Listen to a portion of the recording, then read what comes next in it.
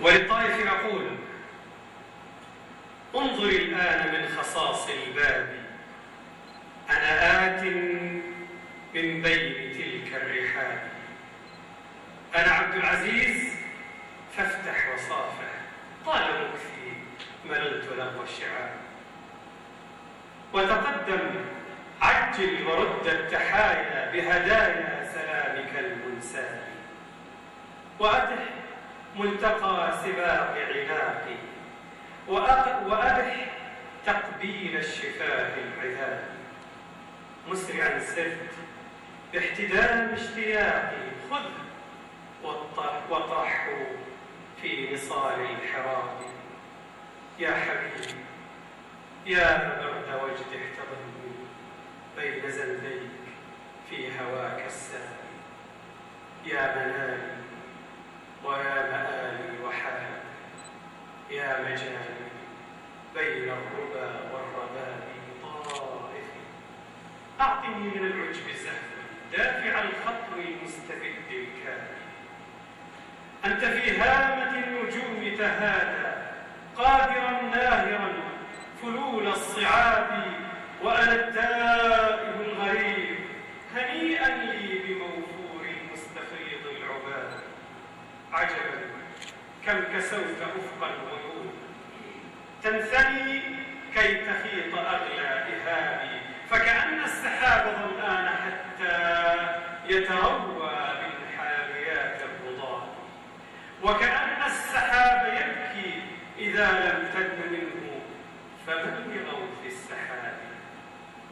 طائفي طفت في الحنايا مغيبا، تسكر النفس بالدلال، ترابي وتذيب الأرواح جدلا، فتلفى فيك أعلى من رابط الأنساب. وتحيل العقول فكرا رقيقا لك تحت انتفاضة من غذاتي، وتغل الخيال في حلم من محتواك الطاغي الذي لا يحاب. وتغر الغرام في الجوف زادا مغنيا عن طعامه والشراب، وتدير المعنى عليه دليلا لوحة حلوة بغير حجاب. طائفي عش كما شئت، طائفي عش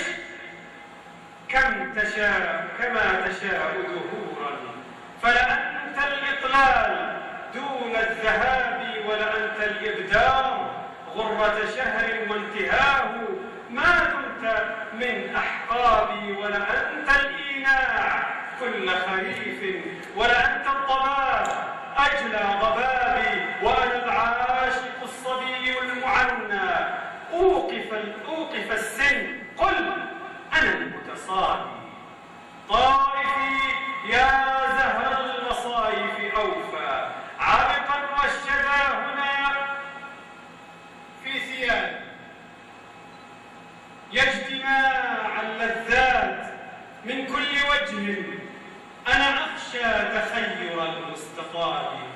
يا ضياء الليل المهاجر شرقا من هجير معاند مرتاب، يا مدار التغزل المتحني لين الكف مطمئن الخضاب، يا انطلاق التغريد ينسج لحنا مستثيرا، تبسمي وانتحابي ومجير المجرور ظل يهدي خفقة من تلوعات الغضاب. طائفي تطفو الذكريات تراءى من نواحي الحارات، من ألعابي، من منايا البكر التي راودتني عن غد الغر المستطير المصاب، من أخي، من أختي، ومن صوت أمي، من أبي، من جاري، ومن أحبابي، من رنين التصفيق يدعو ومما يشتريه أبي بغير حساب، من صراع الصبيان صدقا وكذبا، من إيابي يا ويلتي من إيابي، بشكاوى العتاد من بعض بأسي أو بدمعي وحفنة من تراب. طائفي في النسيم بوق صدى من همس ورد ومبهجات الصحاب. شكرا. سأبدأ معكم قصيدة لسيد البشرية صلى الله عليه وسلم في نصرته عليه الصلاة والسلام، نظرا للهجمات الشرسة التي هذه الأيام تنشر ضده في المواقع وفي الصحف. هو في غنى عن نصرتنا، لأن الله سبحانه وتعالى نصره من قبلنا، ولكن لابد من كلمة حق. هذه القصيدة أقول فيها: ما الروح لولاك، ما الآمال، ما الفكر، ما النبض، ما السمع، ما الأنفاس، ما البصر، ما الماء، ما الضوء، ما الأنداء تغمرنا بطيب ذكرك، ما الأسرار والعبر، كل النفوس التي لم يروها مطر، من فيض غيثك يربو جوفها المدر، صلى عليك إله الكون ما هطلت سحابة المزن واسترخى لها الثمر، كل النفوس التي لم يروها مطر، من فيض غيثك يربو جوفها المدر، صلى عليك إله الكون ما هطلت سحابة المزن واسترخى لها الثمر، وما تنفس صبح في مشارقها واستقبل الشمس أواض له نظر، لغيرك الكون ما كانت كواكبه وما تشقق في أطرافه القمر، أجرى لك الدمع جذع شقه حزن يرجو اللقاء لخير الخلق ينتظر، وصاحبتك على الرمضاء عاشقة لتفتديك بظل ساقه القدر، لا تعجلي سابحات الشعر وانتظري في حضرة المصطفى كي تحضر الفكر، فالبحر أعمق من قول يصرفه ومركب الوحي بالآيات يزدهر، أعيت بلاغتها ما خطه قلم نادى البيان عليها وهي تبتدر، فأنكر السحر دعواهم وما كسبت والجن تشهد والأطيار والبشر، والشعر أقسم ما هذا بقافية لكنه الوحي بالترتيب ينهج، فأنكر السحر دعواهم وما كسبت والجن تشهد والأطيار والبشر، والشعر أقسم ما هذا بقافية لكنه الوحي بالترتيب ينهج، أتت إليك صخور الأرض طائعة وحاربتك قلوب نقضها حجر، وجاء يبكي ويقضي همه جمل فزال عنه بفضل الرحمة الكدر، دعيت ضيفا فكان الضيف داعية فالقليل كثيرا وهو مقتدر، الله أكبر آيات لنا علمت وعالم اليوم بالماضي له أثر، الله أكبر آيات لنا علمت وعالم اليوم بالماضي له أثر، وحدثت عنك أحداث علمت بها إشارة الوحي لم يخفق لها خبر، وحركت قاطرات الوقت أزمنة وأنت وقتك محفوظ ومعتبر،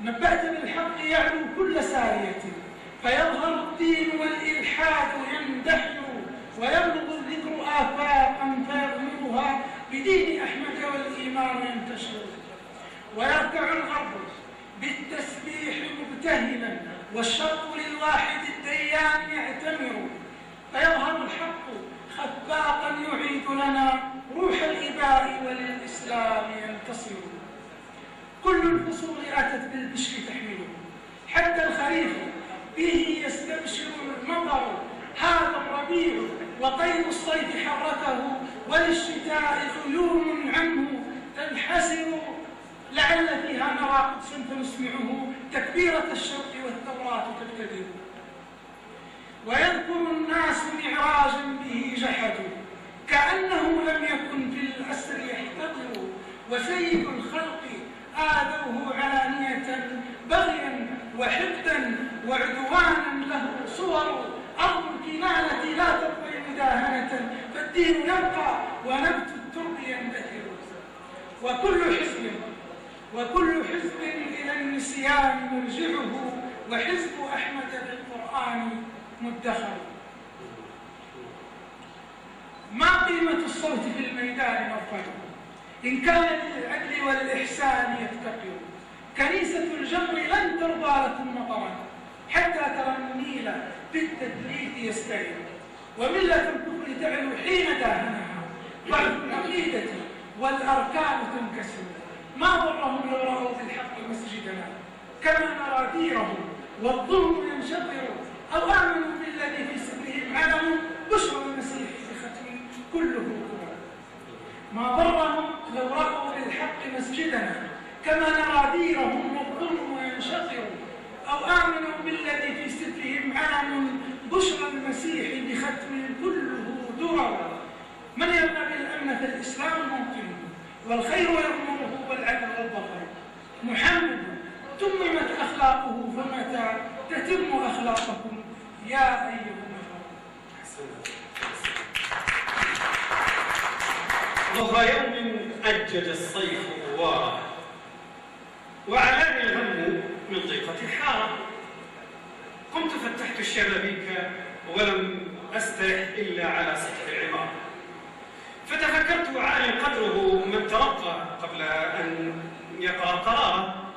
قلت في نفسي سأدعو صبيتي لاجتماع حيث أحتل الصدارة، سأهنيهم بما قد طالما أملوه، إنها حقا بشارة. قلت عندي رحلة ممتعة فتعالوا واشكروا لي بحرارة، شكروا لي مكرماتي ومضوا سابقي أعدى الثواني في شطارة. لم أكد أنهي احتسائي قهوتي، ما في قهوة مش هصير كليب. لم أكد أنهي احتسائي قهوتي مسرعا حتى رجوا مني إشارة. بدأت رحلتنا واستوقفت في مكان جل من سوى خضارة، وحبى الأطيار من نعمته طربا في الشدو من غير عبارة، وأسال الماء عذبا منشدا راقصا جذلان لا ينسى وقارا، وطوى همس الشذا في حلة من نسيمات سعد تجلو النضارة، وحداها بهدوء فارض الإعجاب من غير استشارة. فتوافقنا على ترشيح منزلا لا تسأم النفس مزار. جهز الصبية لي متكئا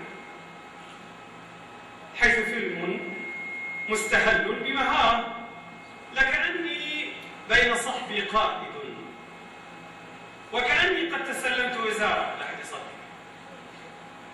الدنا حولي تسبي ناظري، وشعاع الشمس في أبهى نار، والهوى نادى هواء الداعي، والسرور إنسان من غير استماع. فجأة سيارة منسابة وبها شخص غدا يرسل صغار، ثم أذراه جرادا حولنا يا لحزني ألبس الرأس الوراء. في عراك نرجسي ربما ينقضي كي يبدأ الثاني شجار، وإذا أيهم صاح أتى منجد ممتشق يأخذ ثاره. هرب الطير مريدا عشه كمدا مستعجلا يلغي اغترارا، جردوا الأشجار من خضرتها، كسوا الأغصان من ترب غبارا، ملأوا كل النواحي حولهم بالمناديل، تفهمون يعني ايش، وأصناف القدر، وأبوهم راسم من صوته ومن السلبية الكبرى شعار.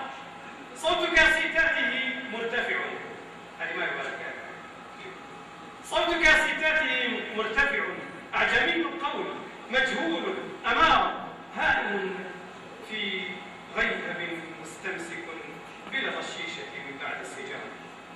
فإذا شخص مضى ينصح راكضا كالليث في أشرس غار، فدعاه زاجرا منتظرا ودنا منه وقد مل انتظار، أطفأ الكاسيت لم يعبأ به، هزه لكنه قد أجار. عجب الناس فكل قائل بلسان واحد يا للثوار. طرق الرأس بفنجان له قاصد الإيقاظ من غير استثارة، كان ما يرجو لبى فزعا سامعا لوم أخيه لا اعتذار، ألقى خطبة جامعة قال بلغة فيصل القاسم طبعا: هل تعرف معنى الحضارة؟ أين أطفالك من مضمونها؟ خرقوا أسوأ من مليار فارة. صاروا لكن بما أصلته أصلوا الناس من الشر كبارا. أي نفع من أب مستهتر ذاك داء نحن لا ندري عقارا. شم وانظر جل وأنصت إن من يختري الفوضى فما أسوأ اختيارا. عد تعلم ثم علم مصطبر واتق الله تبلغ في التجارة. عبس السامع القالون حين صار الغيظ والحلق إسارا، واستشاطت قسمات أزبدت، واستحال الغضب المطغي لثارا. ناهضا مستجمعا قوته نافخ الصدر غشى الوجه أحمرا. كلمات ناديات كالها لكمات من كلي مستعارة. ظل يثنيه بيمناه إلى أن ذاب جرما فحسبناه سوارا. صره أعلى عمود فبدا وجنا مضطربا مثل الستارة. صاح للأطفال فانضموا له وأجادوا في توليه حصارا. حطموا أمتعة جاء بها قذفوه بزجاج وحجارة.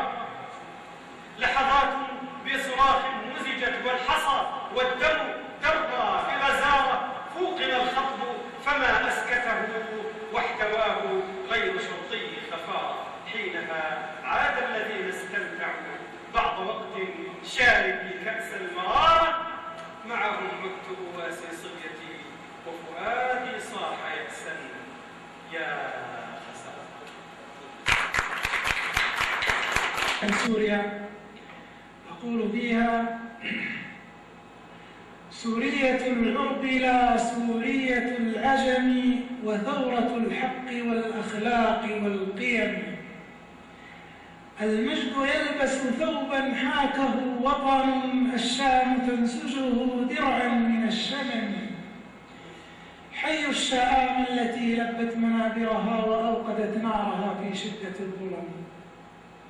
سينجلي ليل بشار بظلمته، والصبح يأتي ببشرى الغيث والديم. والبغي في حفرة الأوغاد موعده مهما تطاول بالعدوان والنقم. البحر يزأر حين الريح تنخره، فيغرق البيد الطوفان من السحم.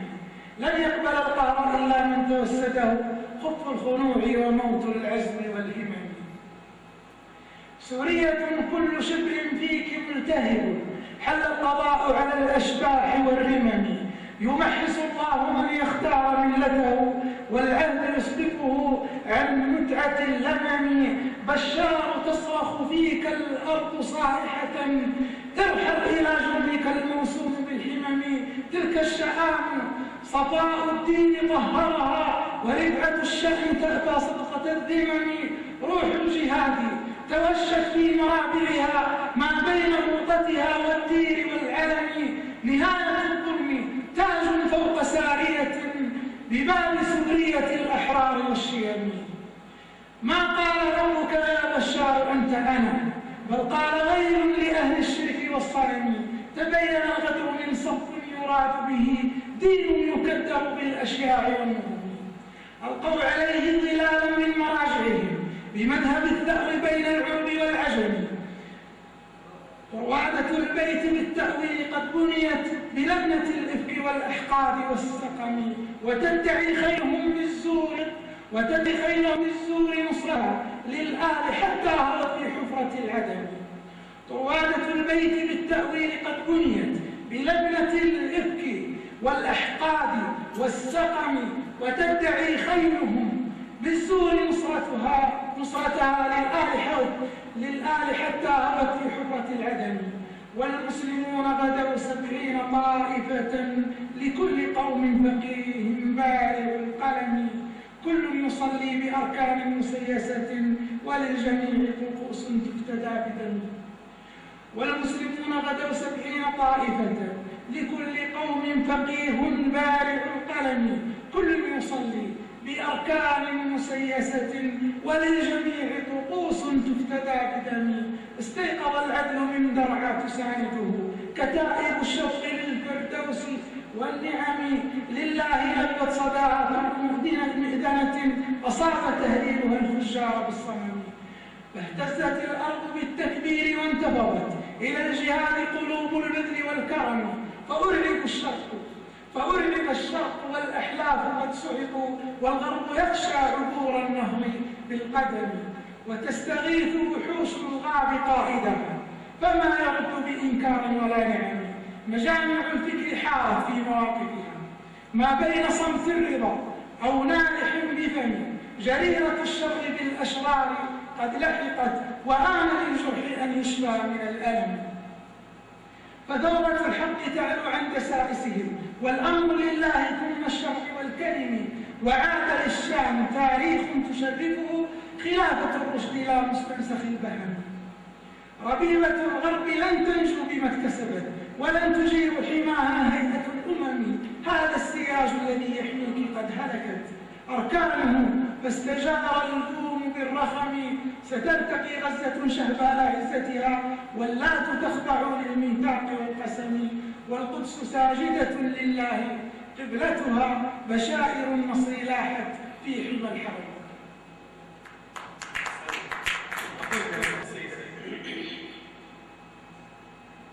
تعالي نعد لحظة من ضرار تزف إلى رشفات الهدى. نعدها سنين تميت الأنين وتحيا معمرة ألف عام. تبث الحياة تبث الحياة حياتي أنت، قبيل ابتدائي وبعد الختام. أعاجيب من دوءة الوالدين، وسطرا تلوى بغير انتظار. ثناياه من همزة أشرقت بمرآة مين ولمعتها.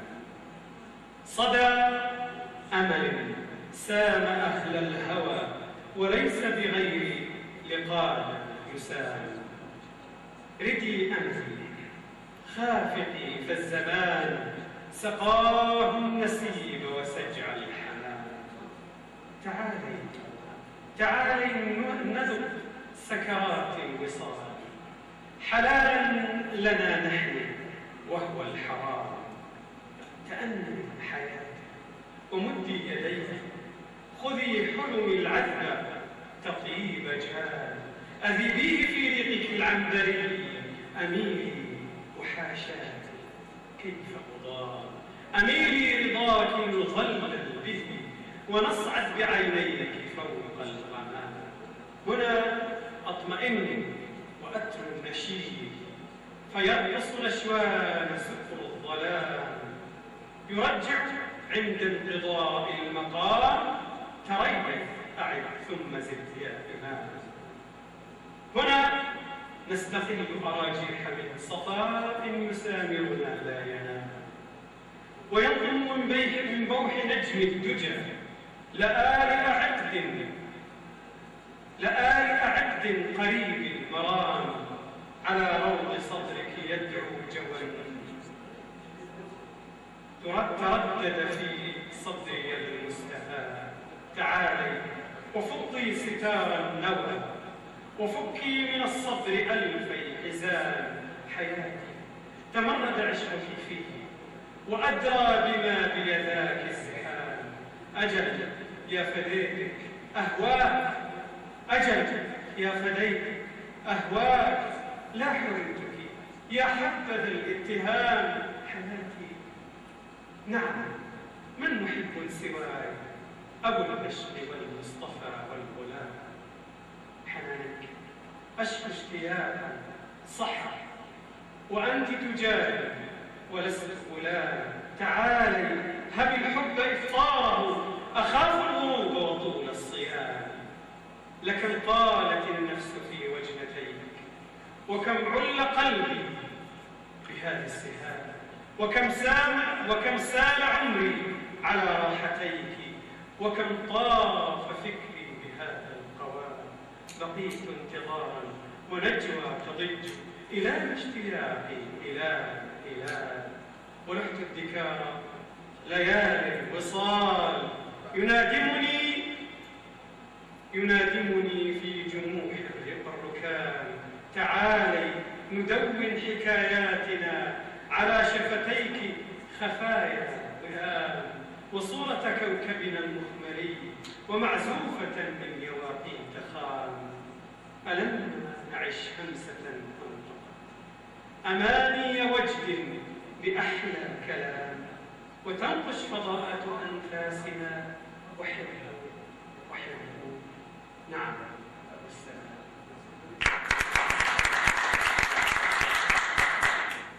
تعالي إلى روض ندي يضمنا مع الطير والألحان والنور والمطر. تعالي نبث الشعر في لحظة اللقاء ونروي حقول الفل والورد والزهر. أيا أنت لو تدرين ماذا فعلت بي لحلت بك الأوجاع والهم والسهر.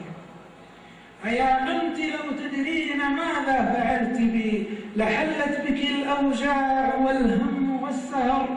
وكنت لليل الشوق شمعا يضيئه وبالدمع تردين الحبيب الذي صبر. يعيش الهوى بالذكر حينا وبالرؤى، فما أجمل المشتاق يوما إذا ذكر.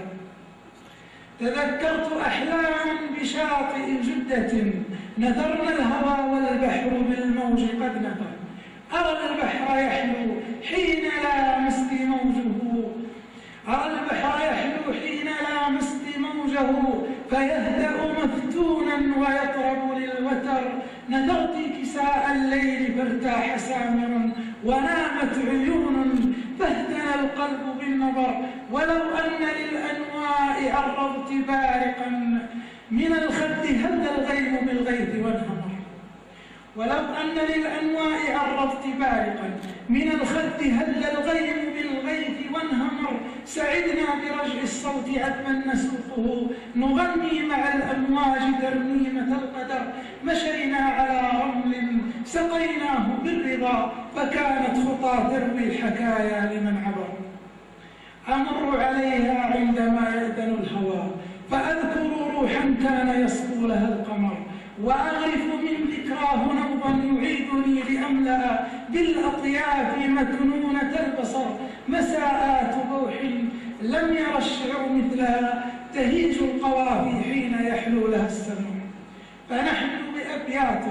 فنحدو بأبيات الغرام وسره ونحفظ للأطلال عقدا من الصور. فهيا رسول الشوق للقلب لهفة تعجل إذا ما شئت وجب لنا الخبر. أظل شهر ربيع شرفة الدار فيه تباشير ماي شهر أيام. ما كاد يبدأ حتى دق في وله جاري المحب أبو الدكتور المالي. فتحت بابي فرافقني تحيته كمن يقلد إكليلا من الغالي. أشار بالعقد ثم انسل منفتلا مودعا إنه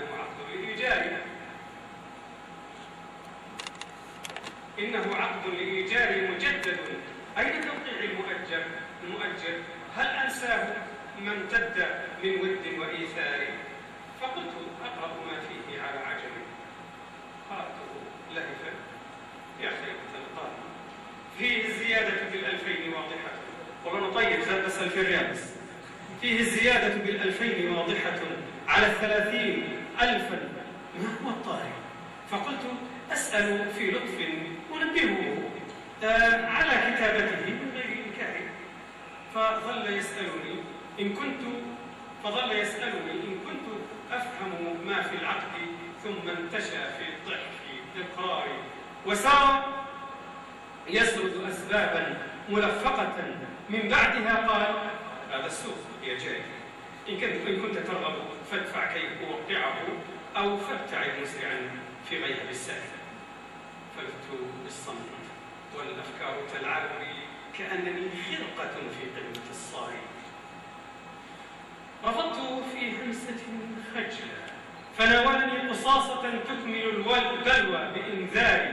كيما أغادر لم تمتد مهلته إلا ليوم وفيه رعب من ظالم. سكرت بالفجأة الكبرى ورحت بها مخالطا شهر أيام بآذاني. شرعت من ساعتي في البحث عن الشقق كرها، نعم هكذا إقبال أقداري. وجدت منها كثيرا غير أن بها جمعا تساءل في كبر وإدبار. بعض على طريقة من الفيصل القاسم: من أين أنت؟ وما تستطيع من عملي؟ وكم تقابل من صحب وزواري؟ وكم لديك من الأطفال سميهم؟ كم عمر كل؟ وحدد فرق الأعمار. إن قلت عندي من الأطفال 4 أسمع جوابا أيا للعيب والعالي بهؤلاء تريد البحث عن شقق. فارغ وعد خاسرا في شر إصدار. أين العروسان لا نرضى بغيرهما؟ إن ينجبا يخرجا جمعا بإجبار. وجدت من بعد لأي شقة صورت كبعض جحر صغير شيد الفاري في كرمة من كثيب الرمل قد بنيت قبل العملية. يا سبحان الباري، الأرض كم حفرت والسقف مهترئ، وإن تجئ نسمة تهدم كإعصار. جواب صاحبها عن قدر أجرتها 20,000 بتفصيلات ثرثار. لا تنسى 2000 تأمينا يطمئن من حجارة تقتفي أو عاصف ذاري. رجعت في ليلة ليلى منكسرا وبت في مهد إفطاري وإعساري على الوسادة في رأسي. أتت طربا كل الهموم ليحيوا ليل مزماري. تضاربوا بالدبابيس التي ثلغت رأس الضعيف كباب الأخذ بالثاري. حلمت في يقظة الولهى بملك حصن من شقة السيد المبتاع للشاري. صحوت لما أنم في خافقي شعل لا ذات ضوء وفيها شهقة النار. خرجت من منزلي أسعى إلى عملي من غير قبعتي أو بعض أسراري. إني تأخرت واستقبلت مشكلة مع المدير الحبيب الشيخ عماري. كأنما الحسم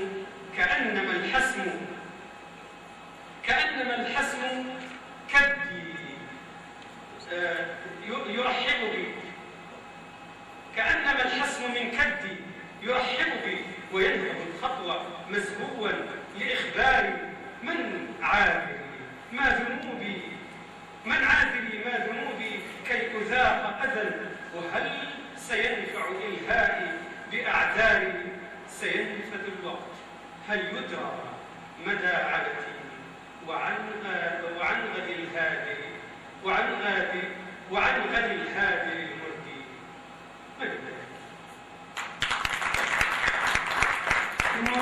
أخلاقيات مسافر.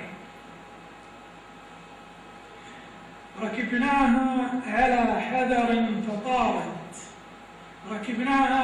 حذر فطارت كسطر فك من أسر القيود.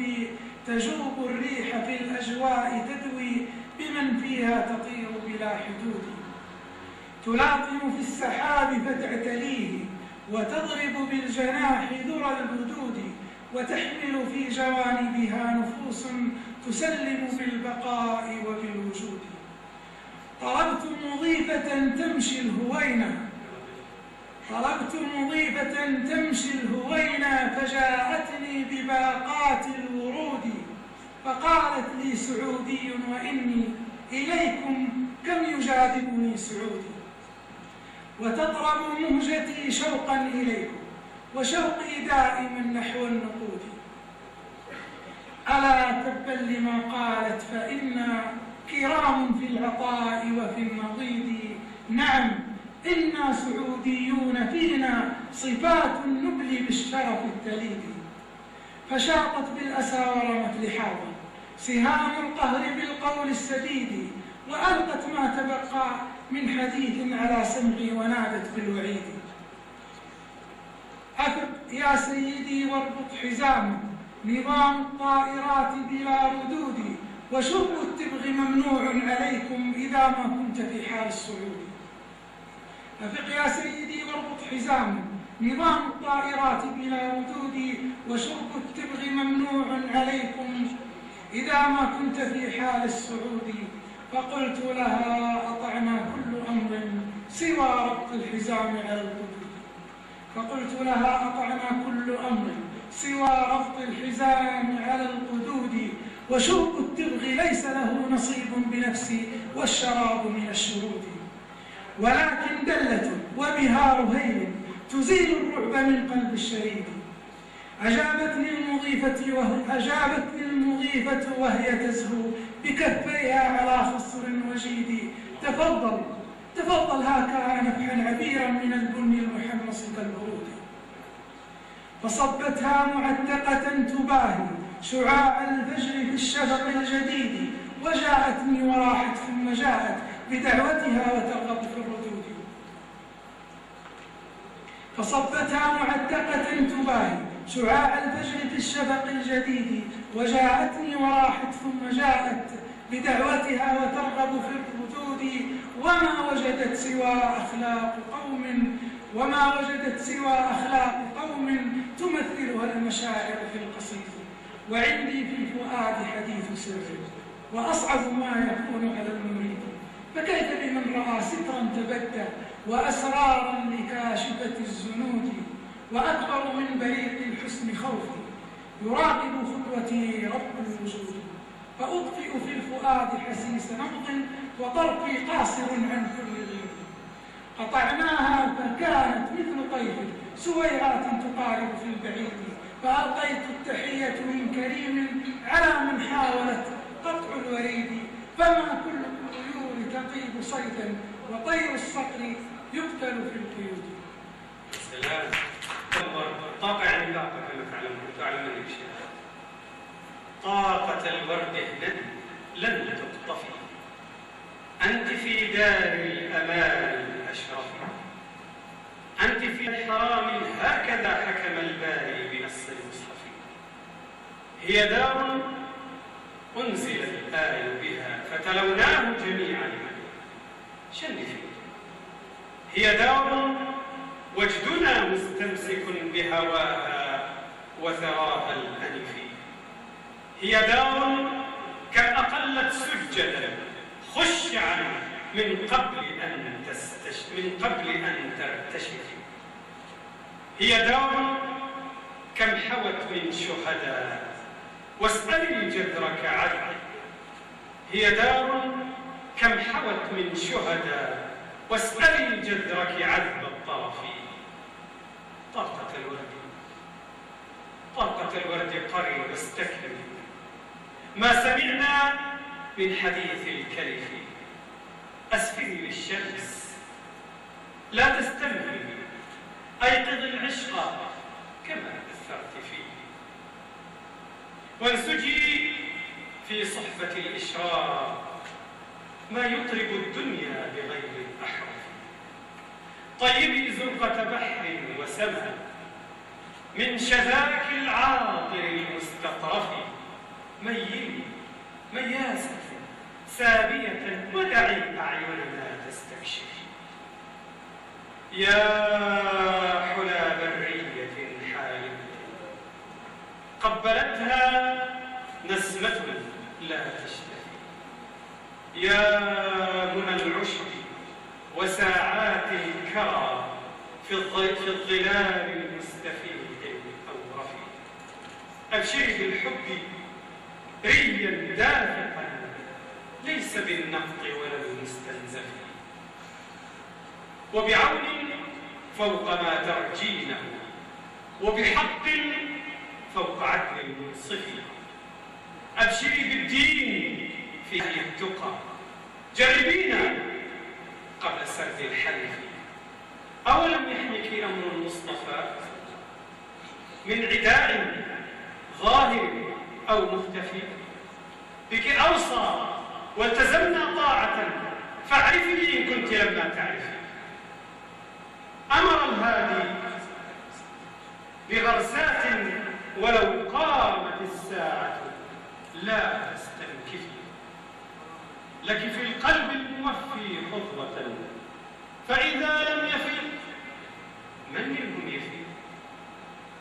أوصالا ثوت في قالب تتبارى في ارتقاب التلف، أو بقايا نظمت في واهن، أو أشيما في جيوب المعطف.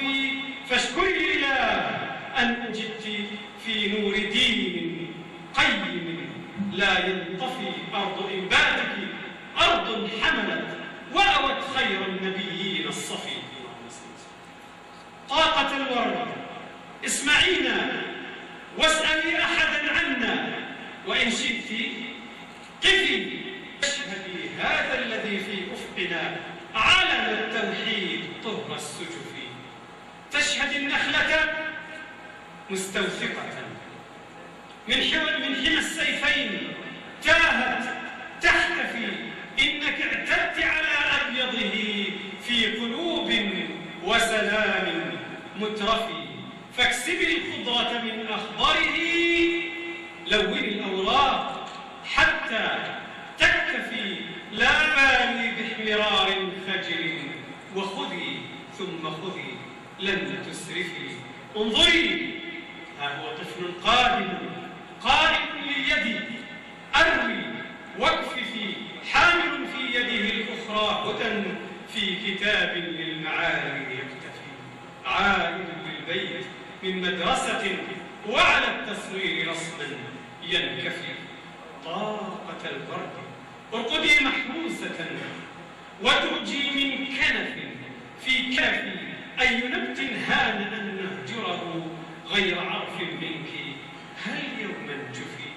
ارقدي جاعلة الأفكار تتهادى في فضاك الفلسفي. أغمضي واستلهمي قصتنا، ارجعي الأحداث منذ الألف. كل شيء حسن ذو أرج ينبري شوكا لعين الصريخ. فانعمي ساحرة جذابة لن تضامي أبدا أو تخطفي. يا وطني بفضل البيت والحرم، بفضل النور والقرآن والتوحيد والقيم، بفضل الساجدين العابدين بهجعة السحر، دعاة الخير والشيم، بفضل الساجدات على حصير الطهر والمدر، ذوات العز والشمم، بفضل براءة الأطفال والأطراف السماوية، من الأزلام والأنصاب في دعوى حضارية، ومن أحلام تجار قراطوها الهوائية. حماك الله من إضلالة الإفساد والفتن، ومن حوامة ترمي حميم الشر والنقم، وكل حقيرة جرت ثياب العهر والبلوى بحانات فضائية، وكل رذيلة رقصت على أنغام فتنتها بتوقيت السعودية. في ليلة سمحاء جمعية الفنون والبهاء، جمعية كروضة خضراء جلت عن المليح والإطراء. أتيتها في أول المساء لأنها مسموعة ندائي. تحية أمسية الشعراء عاطرة مسكية الشداء. ثقافة الفنون ذات ثناء، والمدح من قلبي بلا مراء. كل الحضور بلا استثناء تجمعوا من سائر الأرجاء، والشعراء أيضا في احتفاء جاءوا لها من كل ركن نائي. وقد سعد الجميع باللقاء، والشعراء كالنجوم في السماء في مسرح يفيض بالضياء. نور جميل سر كل رائي. جمع الحضور في بهاء أسماؤهم من أكرم الأسماء وأكرم الآباء والأبناء. شم الأنوف من ذوي العلاء، والسعد جن في اللقاء، والشعر مثمر لنصرة العروبة السمحاء، والاجتماع تم في إخاء، فيا لها من ليلة شماء وحفلة في الطائف الفيحاء، في منتدى يشق بالسناء، عشنا ببهجة الصفاء. تحية جمعية